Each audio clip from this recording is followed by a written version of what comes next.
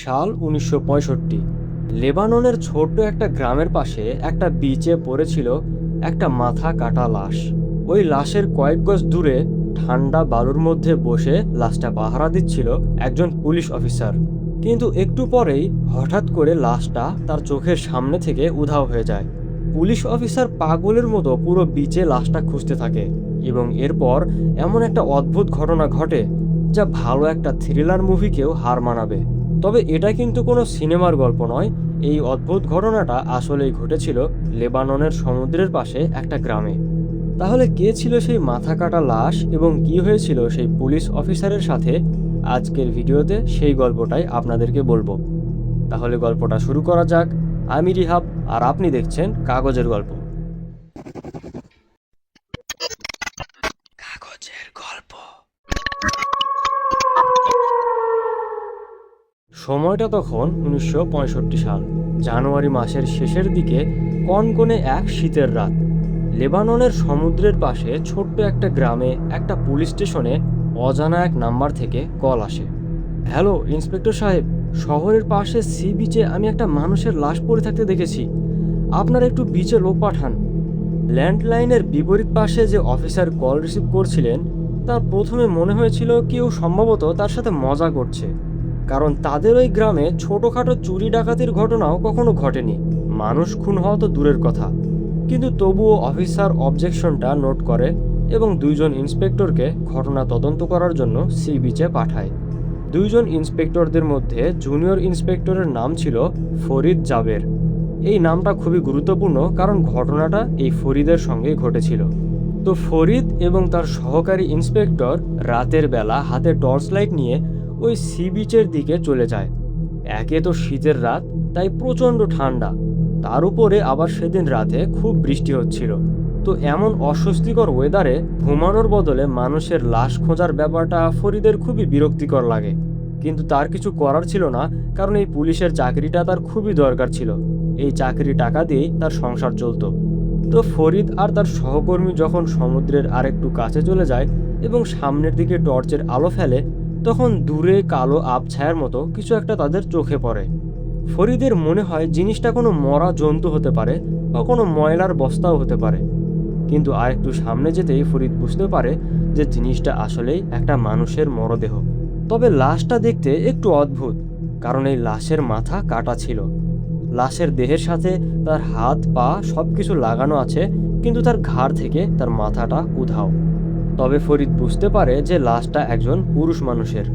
ফরিদ আর তার সহকর্মী এবার ভাবতে থাকে যে এই লাশটা নিয়ে তারা কি করবে। দর্শক, একটা বিষয় মাথায় রাখবেন, এটা কিন্তু ১৯৬০-এর দশকের একটা ঘটনা এবং জায়গাটা ছিল প্রত্যন্ত একটা গ্রামে। বর্তমান সময়ে কোনো লাশ পাওয়া গেলে ১ ঘন্টার ভেতর সেখানে ডজনখানে পুলিশ, প্যারামেডিক এবং সিআইডি চলে আসে। কিন্তু আগেকার দিনে এমন কোনো ব্যবস্থা প্রায় ছিল না বললেই চলে। লাশের কাছে তারা ছিল মাত্র দুইজন, তাই তাদের মধ্যে একজনকে লাশটা পাহারা দিতে হতো, আর অন্যজন পায়ে হেঁটে গ্রামের ভেতর যাবে বাকি পুলিশদেরকে খবরটা দিতে। ফরিদ ছিল জুনিয়র ইন্সপেক্টর, তাই লাশ পাহারা দেওয়ার দায়িত্বটা তার ঘাড়ের উপরেই পড়ে। তো কি আর করার, বেচারা ফরিদ অন্ধকার রাতে বৃষ্টিতে ভিজতে ভিজতে সমুদ্রের ধারে বালুর মধ্যে হাঁটু গেড়ে বসে পড়ে এবং তার কয়েক গজ দূরে বালুর মধ্যে চিত হয়ে পড়ে থাকা মাথা কাটা সেই লাশের দিকে তাকিয়ে থাকে। দর্শক, এমন একটা পরিস্থিতিতে থাকলে আপনার কেমন লাগতো একবার চিন্তা করুন। তো ফরিদের সহকর্মী ইন্সপেক্টর গ্রামের দিকে চলে যায় এবং ফরিদ অন্ধকারের মধ্যে একা একা একটা নির্জন এলাকায় একটা মাথা কাটা লাশ পাহারা দিতে থাকে। তবে ফরিদের একটু ভয় হতে থাকে, এমন যদি হয় যে ওই মানুষটাকে যে খুন করেছে সেই খুনি আশেপাশে কোথাও লুকিয়ে থাকে, সে যদি ফরিদের উপর হামলা করে। কিন্তু ফরিদ ভাবে, আরে ধুর, আমার কাছে তো একটা বন্দুক আছে আর একটা চাকু আছে, আমার কেউ কোনো ক্ষতি করতে পারবে না। এসব চিন্তা করতে করতে ফরিদের শরীর খুব ক্লান্ত হয়ে যায় এবং সে কখন যে ঘুমে ঢলে পড়ে সে নিজেও জানে না। ভোরের আলো ফোটার একটু আগেই ফরিদের ঘুম ভাঙে। চোখ খুলতেই ফরিদ ভয় পেয়ে যায়। সে অন ডিউটিতে ঘুমিয়ে পড়েছিল, এতে তার চাকরি চলে যেতে পারত। কিন্তু আশেপাশে কেউ তাকে ঘুমাতে দেখেনি, তাই এটা ভেবে সে একটু স্বস্তি পায়। কিন্তু হঠাৎ মাথা কাটা লাশের কথা স্মরণ হওয়ায় সে যখন পাশে তাকায়, তখন সে অবাক হয়ে তাকিয়ে দেখে লাশটা উধাও হয়ে গেছে। এবার ফরিদ সত্যি সত্যি খুব ভয় পেয়ে যায়। নানান রকমের প্রশ্ন তার মাথায় ঘুরপাক খেতে থাকে। যেমন সে চিন্তা করে হয়তো বা কোনো শেয়াল কুকুরের দল এসে লাশটা টেনে নিয়ে গেছে, কিন্তু তাহলে তো বালুর উপরে টেনে নিয়ে যাওয়ার দাগ থাকবে, সেরকম কিচ্ছু নেই। তাহলে হতে পারে সমুদ্রের ঢেউ এসে লাশটাকে ভাসিয়ে সমুদ্রের ভেতর নিয়ে গেছে। কিন্তু যদি সত্যি এত বড় কোনো ঢেউ আসতো, তাহলে তো সেটা ফরিদকেও ভাসিয়ে নিয়ে যেত, কারণ সে আর ওই লাশটা সমুদ্র থেকে প্রায় একই দূরত্বে ছিল। এবার ফরিদ ভাবে, তার মানে কি ওই লাশের খুনি সত্যি সত্যি এসেছিল এবং সেই লাশটাকে নিয়ে গেছে? এই কথা ভাবতে ভাবতে ফরিদ তার কোমরের বেল্টে হাত রাখে, কিন্তু সে আবিষ্কার করে বেল্টের সাথে লাগিয়ে রাখা তার বন্দুকটাও উধাও। তার মানে নিশ্চয়ই খুনি লাশটা চুরি করার সময় তার বন্দুকটাও চুরি করে নিয়ে গেছে। এবার ফরিদ খুবই দুশ্চিন্তায় পড়ে যায়। সে থানার বাকি পুলিশদেরকে কি জবাব দেবে? এত বড় একটা ঘটনা ঘটে গেছে শুনলে তার তো চাকরি চলে যাবে, এমনকি তার সাজাও হতে পারে।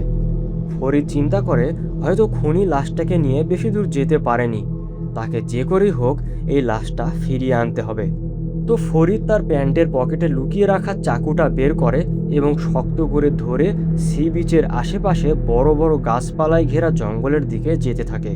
হয়তো সে সেখানে খুনিকে খুঁজে পাবে, বা এমন কাউকে খুঁজে পাবে যে খুনিকে দেখেছে। তো কয়েক মিনিট জঙ্গলের মধ্যে দিয়ে হাঁটতে হাঁটতে ফরিদ একটু সামনে একটা লোককে দেখতে পায়। লোকটা জঙ্গলের মধ্যে শুকনো গাছের ডাল কুড়াচ্ছিল। ফরিদ তার দিকে এগিয়ে যায় এবং তাকে জিজ্ঞেস করে যে সে এখানে কোনো অদ্ভুত মানুষকে দেখেছে কিনা। দর্শক, এই পর্যায়ে এসে এই ঘটনাটা এমন এক অদ্ভুত মোড় নেয় যা আপনি কখনো কল্পনাও করতে পারবেন না। তো এই ঘটনার ঘন্টা দুয়েক পরে সকালবেলা ফরিদের সেই সহকর্মী ইন্সপেক্টর সাথে আরও কয়েকজন পুলিশকে নিয়ে সি বিচে চলে আসে। সে তাকিয়ে দেখে দূরে ফরিদ দাঁড়িয়ে আছে এবং তার পাশেই মাথা কাটা একটা লাশ পড়ে আছে। সারা রাত বেচারা ফরিদ কষ্ট করে লাশটা পাহারা দিয়েছে ভেবে সে ফরিদকে ধন্যবাদ জানানোর জন্য এগিয়ে যায়। কিন্তু লাশের দিকে তাকিয়ে সে এক মুহূর্তের জন্য থমকে দাঁড়িয়ে যায়, কারণ লাশটা কাল রাতে সে যেরকম দেখেছিল এখন ঠিক সেরকম মনে হচ্ছে না। মনে হচ্ছে এটা অন্য একটা লাশ। এই লাশটারও মাথা কাটা, কিন্তু লাশের গায়ের কাপড়টা সম্পূর্ণ আলাদা এবং তার হাত পায়ের গড়নও দেখতে ভিন্ন। এবার ওই ইন্সপেক্টর সন্দেহের চোখে ফরিদের দিকে তাকায় এবং তাকে জিজ্ঞেস করে, ফরিদ, সত্যি করে বলো, কালকে লাশের সাথে কি হয়েছিল এবং এই নতুন লাশটা কোত্থেকে এলো? ফরিদ প্রথমে একটু আমতা আমতা করলেও পরে সবকিছু খুলে বলে দেয়। দর্শক, এখানে ফরিদ যে গল্পটা বলে তা তো অদ্ভুত বটেই, কিন্তু তাছাড়াও এই ঘটনাটা এতটাই অদ্ভুত আর গোলমেলে ছিল যে এই গল্প শোনার পর শুধু লেবানন তো নয়, বরং পুরো বিশ্বের মানুষ একদম হতবাক হয়ে গিয়েছিল যে এমন একটা অদ্ভুত ঘটনা কি আসলেও ঘটা সম্ভব। দর্শক, এখন আমি বলবো সেদিন শুরু থেকে শেষ পর্যন্ত কি কি হয়েছিল, তাই মনোযোগ দিয়ে শুনতে থাকুন। যেই রাতে ফরিদ আর তার সহকর্মী সি বিচে লাশ খুঁজতে গিয়েছিল, সেদিন বিকেলবেলা ফরিদের আপন চাচাতো ভাই ওই সি বিচে একা একা ঘুরে বেড়াচ্ছিল। ওই সি বিচের পাশের জঙ্গলে একটা কুঁড়ে ঘরে থাকতো আরাফান নামের একটা বদলোক। আরাফানের টাকার খুব অভাব ছিল, তাই সে যখন দেখে যে একটা ছেলে বিচে একা একা ঘুরে বেড়াচ্ছে, তখন সে সিদ্ধান্ত নেয় সে ওই ছেলেকে ডাকাতি করবে। এখানে বলে রাখা ভালো যে সি বিচে ঘুরতে যাওয়া সেই ছেলের নাম হাবিব জাবের এবং সে ফরিদ জাবেরের আপন চাচাতো ভাই ছিল। তো আরাফান একটা চাকু নিয়ে গিয়ে হাবিবকে হত্যা করে এবং তার পকেট থেকে টাকা পয়সা হাতিয়ে নেয়। এরপর সে হাবিদের মাথাটা কেটে তার সঙ্গে নিয়ে পালিয়ে যায় এবং লাশটাকে বিচেই ফেলে রাখে। রাত হতে হতে বিচের পাশ দিয়ে যাওয়ার সময় কোনো এক অজানা ব্যক্তি হাবিদের লাশটা সেখানে পড়ে থাকতে দেখে পুলিশকে খবর দেয়। রাতের বেলা যখন ফরিদ আর তার সহকর্মী সেখানে আসে, তখন তারা হাবিদের লাশটা খুঁজে পায়, কিন্তু ফরিদ বুঝতে পারে না যে এটা তারই চাচাতো ভাই হাবিদের লাশ, কারণ লাশের মাথাটা কাটা ছিল। এরপর ফরিদ সম্পূর্ণ অজ্ঞাত অবস্থায় তার চাচাতো ভাইয়ের লাশ পাহারা দিতে থাকে। অন্যদিকে আরাফান চিন্তা করে লাশটা ওখানে ফেলে আসা হয়তো তার উচিত হয়নি। যেহেতু সে বিচের খুব কাছেই থাকে, তাই পুলিশ তাকেই আগে সন্দেহ করবে, তাই তাকে ওই লাশটা যে করেই হোক আবার ফিরিয়ে আনতে হবে এবং পুড়িয়ে ফেলতে হবে, যেন কোনো প্রমাণ না থাকে। তো আরাফান যখন রাতের বেলা লাশটা ফেরত আনতে বিচে যায়, তখন সে দেখে লাশের একটু পাশেই একটা পুলিশ বসে আছে। প্রথমে তার একটু ভয় হয়, কিন্তু একটু এগিয়ে যেতেই আরাফান বুঝতে পারে এই আহাম্মক পুলিশটা আসলে ঘুমাচ্ছে। তাই আরাফান দ্রুত লাশটাকে কাঁধে তুলে নেয় এবং নিয়ে যাওয়ার সময় ফরিদের বন্দুকটাও চুরি করে নিয়ে যায়। এদিকে ফরিদ ঘুমের ঘোরে এর কিচ্ছু টের পায় না। এর 1 ঘন্টা পর ফরিদের ঘুম ভাঙলে সে যখন দেখে তার বন্দুক আর লাশটা উধাও হয়ে গেছে, তখন সে পাগলের মতো লাশটা খুঁজতে থাকে। অন্যদিকে আরাফান লাশটাকে ঝোপের নিচে লুকিয়ে রেখে জঙ্গলে শুকনো কাঠ জোগাড় করতে থাকে লাশটাকে পুরানোর জন্য।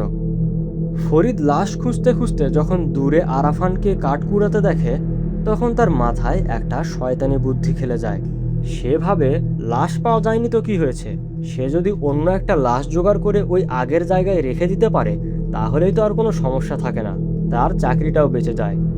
দর্শক, ফরিদ কিন্তু জানতো না যে আরাফানই আসল খুনি, এবং এটাও জানতো না যে ওই লাশটা তার নিজের চাচাতো ভাই হাবিদের ছিল।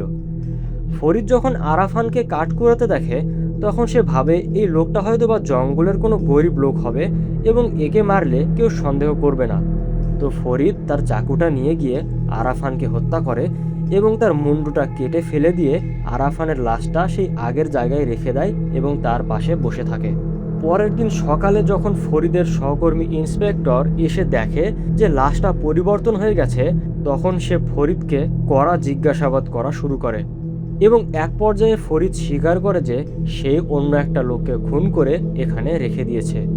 কিন্তু ধীরে ধীরে তদন্ত করে আসল ঘটনাটা বেরিয়ে আসে। এবার ফরিদ বুঝতে পারে যে ওই প্রথম লাশটা আর কারো নয়, বরং তার নিজেরই চাচাতো ভাই হাবিদের ছিল, এবং সে কোনো অসহায় গরিব মানুষকে খুন করেনি, বরং তার চাচাতো ভাইয়ের খুনিকেই নিজের অজান্তে খুন করেছে। যদিও ভাগ্যের পরিহাসে এখানে আসল খুনি শাস্তি পেয়েছিল, তবুও ফরিদকে মানুষ হত্যার দায়ে গ্রেফতার করা হয়, কারণ তার কাজটা ভালো হলেও তার নিয়তটা খারাপ ছিল। এদিকে চাচাতো ভাইয়ের লাশকে সে নিজে পাহারা দিয়েছে এবং পুরো ঘটনার গোলমেলে ব্যাখ্যা শুনে বেচারা ফরিদ মানসিকভাবে খুবই অসুস্থ হয়ে যায়। দর্শক, গল্পটা এখানেই শেষ। আশা করি গল্পটা আপনার ভালো লেগেছে। তাহলে লাইক করতে ভুলবেন না এবং সাবস্ক্রাইব করে পাশেই থাকুন। আবারও দেখা হবে নতুন এমনই একটা ভিডিওতে।